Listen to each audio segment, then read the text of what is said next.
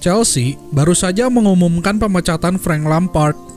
Hari yang menyedihkan bagi para penggemar The Blues, melihat sang legenda klub tidak lagi menangani Chelsea.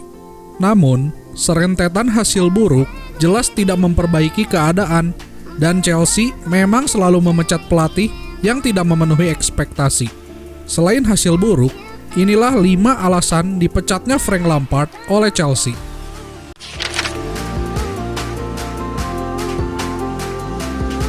Lampard bergabung sebagai bos Chelsea dengan hanya memiliki 1 tahun pengalaman menangani Derby County, tim Liga Championship.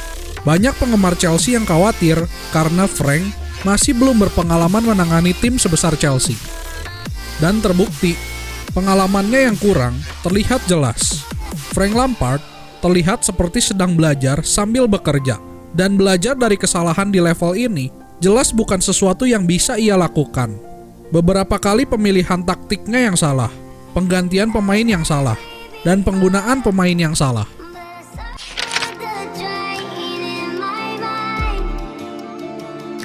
Tidak lama setelah Frank Lampard bergabung dengan Chelsea, terjadi perselisihan antara Lampard dan David Luiz, sehingga ia dijual ke Arsenal. Lalu, pemain seperti Fikayo Tomori, Lampard sempat menjadikannya starter reguler musim lalu, namun musim ini ia tidak dimainkan sama sekali. Dan pemain yang mengadu ke direksi Chelsea secara langsung seperti Mateo Kovacic, Antonio Rudiger, Kepa Arrizabalaga, dan Marcos Alonso. Mereka melaporkan bahwa Frank Lampard hanya mau berbicara dengan pemain yang ia suka saja.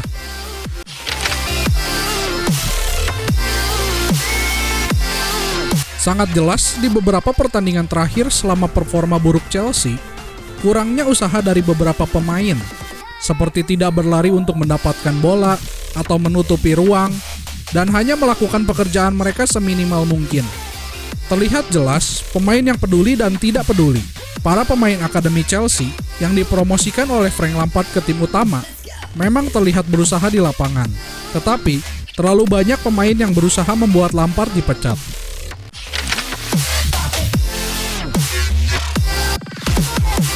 Sudah jelas, sepak bola modern adalah sebuah bisnis yang berbasis hasil, terutama di klub-klub besar seperti Chelsea. Begitu Anda berada di posisi papan tengah, tidak peduli apakah Anda seorang legenda klub, manajer terbaik di dunia, ataupun manajer tidak berpengalaman.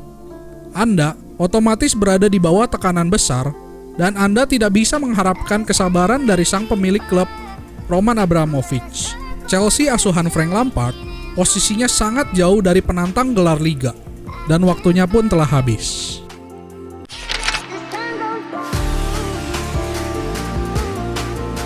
Masalah terbesar Frank Lampard adalah gagal mengeluarkan kemampuan terbaik dari Kai Havertz dan Timo Werner.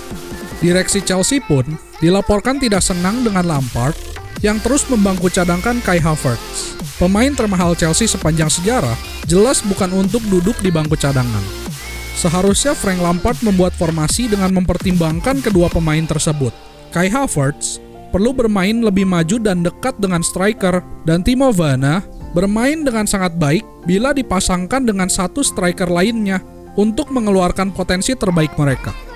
Frank Lampard akan belajar dari kesalahannya. Ia akan baik-baik saja, dan pengalaman melatih Chelsea ini akan membuatnya menjadi seorang manajer yang lebih baik lagi.